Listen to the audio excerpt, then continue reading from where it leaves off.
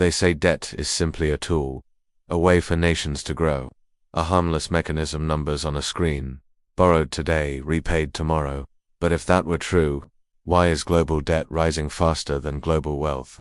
Why does every crisis somehow transfer more money upward, while the majority ends up owing more each decade? Today we're pulling apart the financial blueprint almost nobody sees. The global debt loop, the system engineered to keep wealth flowing upward forever. You've probably felt its effects your entire life, without ever noticing the machine behind it. Because the most powerful system in modern history isn't a government, a corporation, or a military. It's the structure of debt itself. And once you understand how it works, it becomes impossible to unsee. How debt became the engine of modern civilization, visual, historical parchments, early banks, gold coins, early central bank logos. Debt wasn't always a trap. In ancient economies, it was simple. You borrow grain, you pay grain. You borrow gold, you repay gold. Debt had a natural limit because resources had a limit.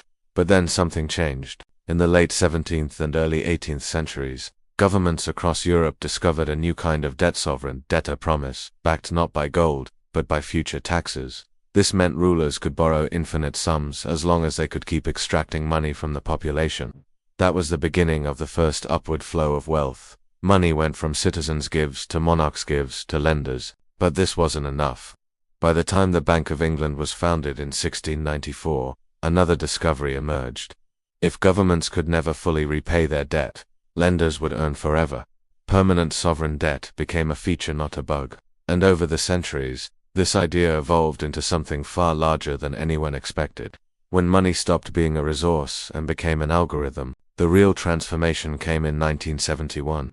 When the world quietly shifted away from gold-backed money into a fully paper-later digital currency system. For the first time in history, money could be created without limit. Debt could expand indefinitely. Currencies could be manipulated freely.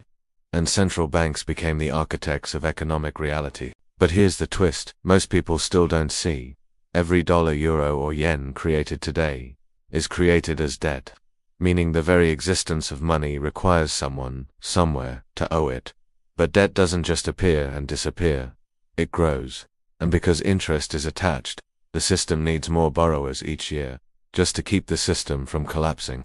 That's where the global debt loop begins. 1. Central banks create money through debt. 2. Governments borrow that money. 3. Banks lend it out again with interest. 4. Corporations borrow it to expand. 5. Citizens borrow it to survive. 6. All of it flows upward toward the institutions that issue and control the debt. Debt creates money. Money creates assets. Assets generate income. Income flows upward.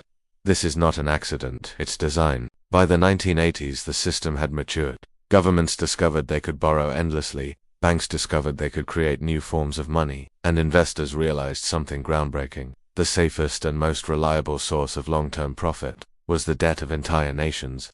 This led to 3 structural shifts. Corporations could borrow more. Governments could borrow more. Consumers could borrow more. Household debt exploded. Mortgages, credit cards, student loans, auto loans. The population became the engine that kept the financial system afloat. Banks and financial firms grew larger than some countries. Money was no longer earned, it was engineered.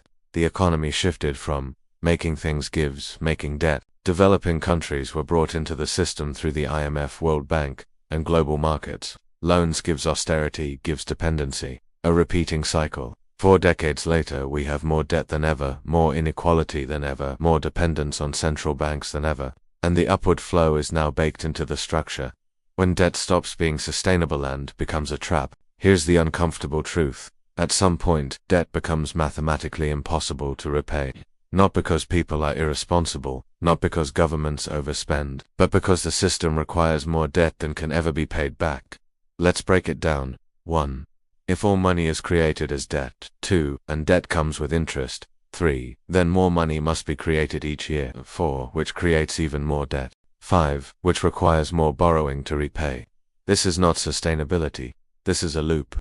A loop designed to keep the system running indefinitely. But every loop has a stress point. And we saw those stress points in 2008, 2020, rising interest rates in the 2020s, sovereign defaults across developing nations, the silent debt crises brewing worldwide today. Each event exposed the same reality. When debt becomes too large to pay, central banks simply create more money, which creates more debt, which accelerates the upward transfer of wealth.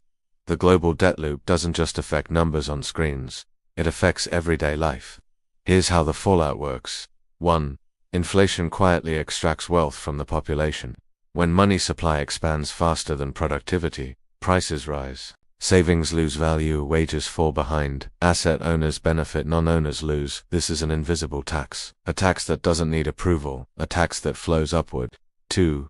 Higher interest payments drain public budgets. Governments spend more on interest than on schools, infrastructure, health, social programs. Where does that interest go? To the same institutions holding the debt. Again, upward. 3.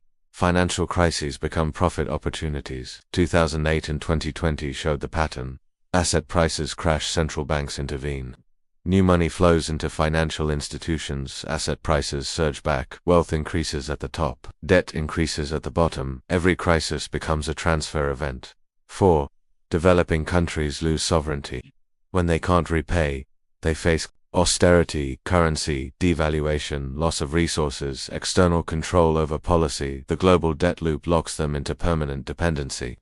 Why every attempt to escape makes the loop stronger. Countries have tried to break free. Some attempted austerity, some tried printing money, some defaulted, some nationalized banks, some cut spending, some raised taxes. None worked. Why? Because in a system where money equals debt, there is no escape without restructuring the entire architecture. Attempts to slow debt growth lead to recessions, unemployment, political instability, capital flight. Attempts to grow out of debt lead to more borrowing, more money creation, more inequality. Every fix reinforces the loop. Every solution creates a new problem. Every escape route becomes another pathway upward. The pattern that won't disappear. Here's the shocking part. The exact same mechanism repeats across history. Look at the patterns. Debt grows faster than GDP, interest grows faster than incomes. Crises grow larger and more frequent, central bank interventions grow more extreme. Wealth concentration increases year after year. Today, global debt is higher than at any point in human history. Interest payments are breaking government budgets. Households are at record levels of borrowing. Young generations are priced out of assets. Developing nations are drowning in loans, yet the system continues to demand more debt, more borrowing, more upward flow. Why? Because this is how the architecture was built. A loop where debt is the entry point, money is the medium, and wealth moves upward by design. So what do we do with all of this? Here are 3 clear takeaways. The global economy is not broken, it's running exactly as designed. Debt isn't a flaw, it's the operating system. Wealth doesn't disappear in crises, it transfers. Every downturn funnels more assets upward. Understanding the system is the first step to navigating it. Most people participate in the system without ever seeing how it works. We are entering a period where global debt cannot mathematically be repaid. History shows that when this happens, nations choose between inflation, currency resets, wealth taxes, restructurings, or silent wealth extraction from the population. The question isn't if the next transformation is coming, but how the global architects of money decide to handle it. Because if the loop continues at its current pace, the wealth of the world will concentrate into fewer hands than ever before. And most people won't realize it happened until the final stage is already complete. If you want more deep dives into the hidden mechanics of money, the real history of global finance, and the systems shaping our economic future, make sure you subscribe, hit like, and let me know in the comments what part of the debt system you want exposed next. The more you understand, the harder it becomes for the system to use you as fuel.